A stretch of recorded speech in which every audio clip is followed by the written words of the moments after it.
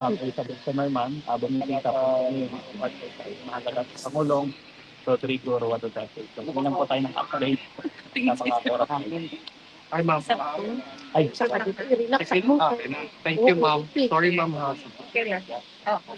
Na. As usual po, kamusta po si tatay on your last visit on this trip, no? Opo, okay naman siya. Okay naman si... Ano Kasi ba? hangin talaga. Init na po, no? bagong gapon. Okay. So, yes, okay lang. Si former President Duterte, sabi niya, tinanong ko siya kanina, no, kung ano yung mensahe niya para sa mga kababayan natin na nag-aantay sa labas, nag-aantay ng balita, ah, patungkol sa kanya. At nandito dahil nagpapakita sila ng suporta para sa kanya. Sabi niya, okay lang ako, huwag kayong mag-alala. Yun ang kanyang message. Well, how do you feel po this being your last trip on this visit, and when do you think you can be back? Well, may schedule na ako. Hindi ko pa lang siya ma-announce. May pinag-usapan lang kami na schedule sa mga susunod na mga weeks. Hindi ko pa lang siya ma-announce dahil wala pa akong ticket. So, nothing definitive until meron ng plane ticket. Pero meron ng travel schedule para sa pagbisita. Wala ba ho siyang bili naman sa inyo? Sa akin, wala naman siyang yun na, yung bili niya is yung kanyang yung wag na daw siya bisitahin, wag na daw siya balikan dahil nakakaabala daw. At sagot ko naman sa kanya, sabi ko, hindi pwede yon dahil ang daming nag-aantay doon sa labas na gustong bumisita sa'yo. Ay hindi sila makapasok. Kaya kami yung pumapasok para mapaabot namin sa iyo kung ano sinasabi nila at mapaabot mo naman sa amin kung ano yung gusto mong sabihin para sa kanila. So yun Sa politika po, wala kayo napag-usapan? Wala kaming napag-usapan sa politics eh. Napag-usapan namin yung hopelessness, sabi ko yung hopelessness and frustration ba sa government. Yun ang napag-usapan namin na doon. Pero sa politika, wala kaming napag-usapan kanina na politika. Okay, questions? Ma'am, salamat po sa update kay dating Pangulong Rodrigo Roa Duterte. At sa po sa mga tanong namin ngayon, ma'am, pabor po ba kayo sa panukala ni Senator Robin Padilla na ibaba ang minimum age of criminal liability, mga batang edad 10 to 17 na masasangkot sa karumal-dumal na krimen tulad ng murder, rape at drug-related cases? Hindi na muna ako mag-comment dahil hindi pa naman siya pinag-uusapan doon sa loob ng Senado. Kapag meron na silang mga committee hearings, we will make sure na the voice of the Office of the Vice President will participate in the committee hearings of the proposed bill of Senator Robin Padilla. Thank you, ma'am. Ma'am, sang-ayon po ba kayo sa paraan ng anunsyo ni DILG Secretary John Vic Remulla na suspension of work and classes na may halong biro? Marami po kasi mga netizens ang nagsasabing dapat seryoso at may malasakit ang ganitong mensahe, lalo na't kaligtasan po ng publiko ang nakataya. Yes. Ano ang biro? Sinasabi niya mga abangers, ganito, in the manner that it was actually put out for the public to actually read. Sinasabi niya mga abangers, ito pong update, mga abangers, ganito ganyan. So, Sandali Hindi ko rin na-gets. Hindi ko wala kasi ako ang hindi ko alam, hindi ko nakita, hindi ko nabasa, so mahirap mag-comment. Pero na-verify na ba na hindi siya parody account or fake yung news? official talaga na Facebook page ng DILG, ma'am, sinasabi niya, for example, there's a class suspension sa different cities. In the manner na sinusulat niya, mga abangers, class suspension. Sandali. Official DILG. DILG account. Sa- And na-verify na ninyo. May blue checks. Sige, so official DILG account, na-verify ninyo and nagbibiro. Yes. On the manner na pag... Hindi naman na-hack. Well, we don't know that. Hindi, ma'am. Kasi consistent yung ano. Eh nga sabi ng mga netizens na dapat daw seryoso ang malasakit sa ganitong mga mensahe, lalo na't kaligtasan ng publiko ang nakataya. Well, unang-una, gusto ko lang malaman kung official Yes, ma'am. DILG account. At pangalawa, hindi siya na-hack. Okay, and hindi din siya fake news. Confirmed yan lahat, ha? Oh. Tulad lang din yan noong sa Office of the Vice President. Merong Vice President at merong Office of the Vice President. Iba yung institusyon, iba yung tao. Yes. Okay? Kaya kami merong spokesperson for the Office of the Vice President kasi yung institusyon, meron silang mga ginagawa na trabaho, may projects, may serbisyo, at merong bosses yung Office of the Vice President. So, kapag nandun ka, makikita mo, very professional yan sila. Pero pagdating naman sa Vice President, ako, yung tao, iba din yung boses ko. So, kung galing yan sa DILG official account, na sinasabi ninyo, confirmed naman na DILG official account, they have to be professional. Hindi ko sinasabing hindi pwede maging professional ang pero the person can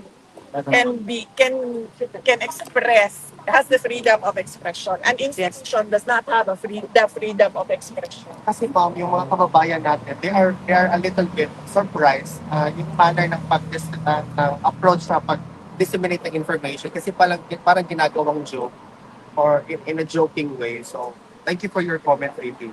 Oh. Thank you, ma'am. Last na lang po. Ma'am, ano po ang... Ay, sorry. Question lang po, kasi kahapon, nababantay balita ko po sa inyo yung pagkinay ng Francis Arts sa motion of Pastor Apollo Buloy na ibalita niyo po PRT at ano po ang Hindi, sorry. Hindi namin napag-usapan yung balita na yan na hindi ko napaabot sa kanya yan ngayon. Thank you, ma'am. Ma'am, ano po yung ang reaction niyo sa inilabas ng safety alert ng Ministry of Education ng China kaugnay sa pag-aaral ng kanilang mga estudyante sa Pilipinas, kung saan binanggit ang umano'y tumataas na banta sa seguridad at insidente ng harassment sa mga Chinese national? Oh, well, karapat-dapat lang mag-issue sila no, dahil may obligasyon yung state to protect its citizens wherever they may be found, sa labas man ng China o sa loob ng China.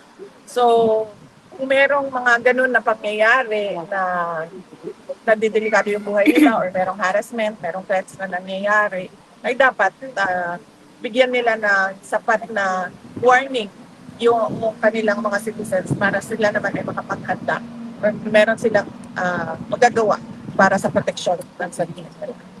Thank you, ma'am. Vivi, do you have a comment? Kasi sinabi ng Senate mismo, ni Senator Gatchalian, I think, he said that the Senate will convene as a high impeachment court on the 4th of August to hear out the impeachment complaint against.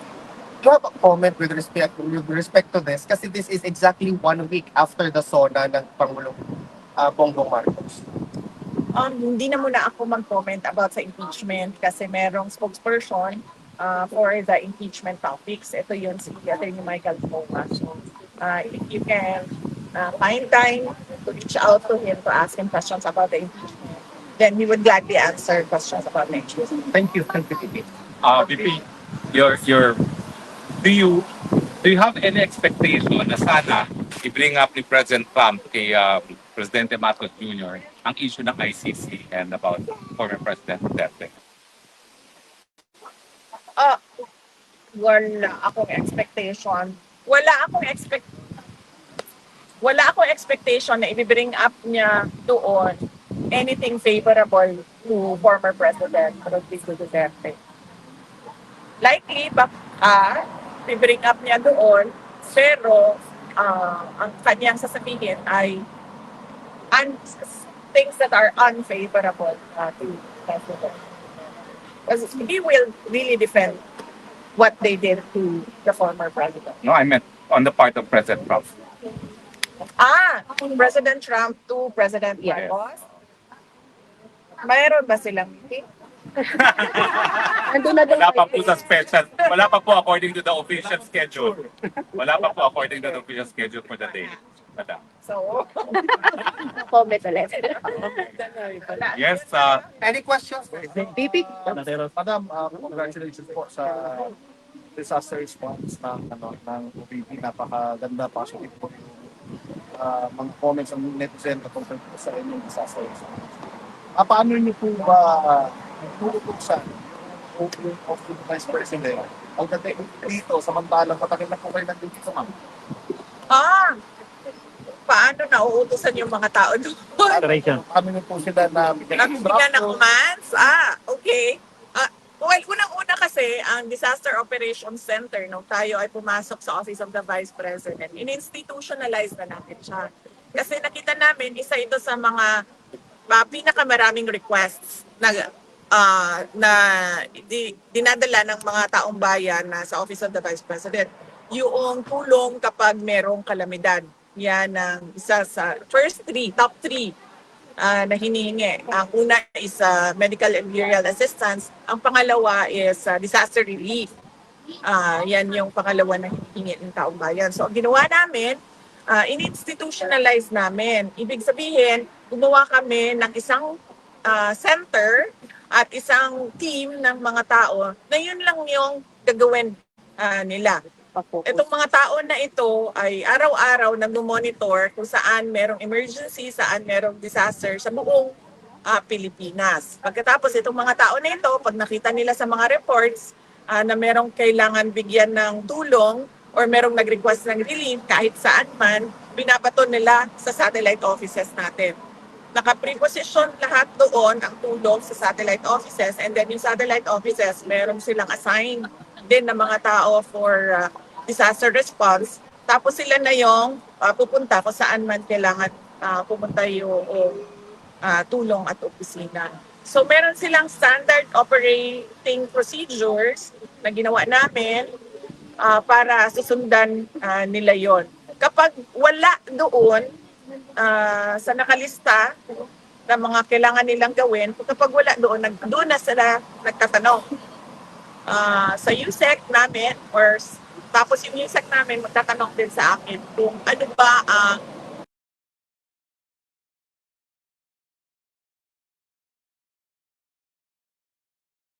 isang araw or kahapon ba yon kung saan lumabas yung mga bus na tumulong sa mga na stranded sa mga ruta nila. Yun kasi ang allowed lang sa buses namin is may oras lang na allowed na lumabas sila. And ito yung peak hours kasi augmentation laang yung tulong na binibigay natin, no? Nag-augment tayo sa peak hours ng mga taong nagbabiyahe. Kahapon, sobrang dami no mga humihingi ng tulong ng mga stranded. Nagpaalam sila sa akin kung pwede ilabas yung mga bus. And then sabi ko sa kanila, oo, pwedeng ilabas yung mga bus dahil emergency na yan. At hindi na natin kailangan magpaalam pa na lalabas yung bus natin, labas doon sa peak hours na allowed mag-fly yung buses. So, ganun yung in-institutionalize namin, tapos merong standard operation procedures. Kung wala doon, nagtatanong sila at nagbibigay ng commander sagot sa Comment lang po, ma'am, sa mga comment ng netizens na mabuti po daw po yung OVP mas nararamdaman nila sa mga kanyang disasters. Yung pong EDCA sites na sinasabi nilang yun ang isa sa mga purpose, di raw nila nararamdaman. Unang-una, kailangan siguro natin tanongin, no, kung totoo ba talaga na yung mga EDCA sites ay gagamitin for disaster preparedness and disaster response o sinabi lang yon para lang may masabi patungkol sa EDCA sites. Just to piggyback real quick, baby, kasi sinabi ni DND Secretary Gimo Chodoro that we should ask the US to use this EDCA sites para po ma-facilitate yung relief operations. What's your reaction to this particular statement? EDCA kasi, it means Enhanced Defense Cooperations and Agreements. Nandun yan siya sa, doon tayo sa, we're in the defense, you know? Ano ba ang ibig sabihin ng defense no? Di ba mutual defense? Depensa sa Pilipinas at depensa sa kung sino man yung ally natin. Di ba? Kasi mutual. Di ba? So, kung magkaroon ng agreement, iba pa ang agreement sa ilalim, sa loob ng EDCA agreement about disaster preparedness and disaster response, pwede yun. Kasi defense is not just yung defense na kapag merong invasion or merong war, pwede ding relief operations in times of emergency. Well, since nakita po na parang epektibo yung disaster response ng OPP, will you ask for a higher budget for this year? Or disaster preparedness? Kasi sabi ko sa mga kasamahan namin sa Office of the Vice President, kung ano yung ibinigay sa atin last year, dagdagan nyo lang ng sa inflation o pagmahal ng procurement at goods and services, yun lang ang idagdag ninyo. So, hindi na kami humingi ng tulad nung dati kung saan optimal yung operations ng Disaster Operation Center ng Office of the Vice President. Kasi alam naman namin na hindi siya ibibigay. So parang ayaw ko na pupunta yung mga officials ng Office of the Vice President, punta sila sa House of Representatives, tapos sasabihin sa kanila na hindi namin yan ibibigay sa'yo. Ayaw kong napapahiya yung mga kasama ko. Ayaw kong napapahiya yung institution. Now, VP has an appointment at 4:10, no? So, unless last question, tapos yung mga first-timers, pagbigyan natin sa pictures. Pwede pa ba? Yes. Miski konting panahon lang. Ano po? Mensahe po sa mga patuloy po na mga supporters ni Tatay Digong na nagtipon-tipon buong mundo, bring him home. Tapos sa mga kababayan natin Pilipino na salanta po ng bahagay. Yes,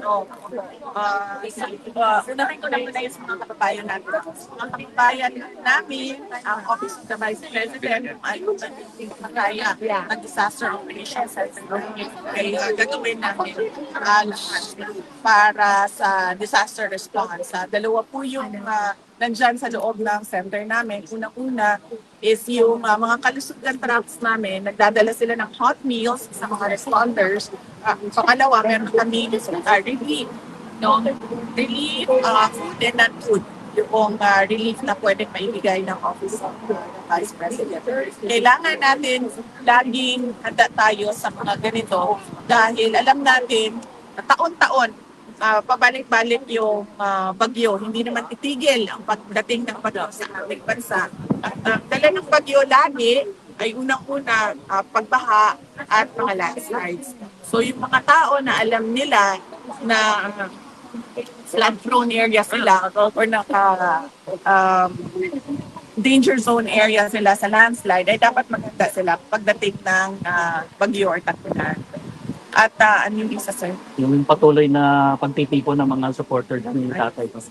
Okay. Sa aming mga kababayan sa buong mundo at sa Pilipinas na patuloy ang pananawagan na iuwi at ipalaya na si dating Pangulong Rodrigo Duterte ay nagpapasalamat kami.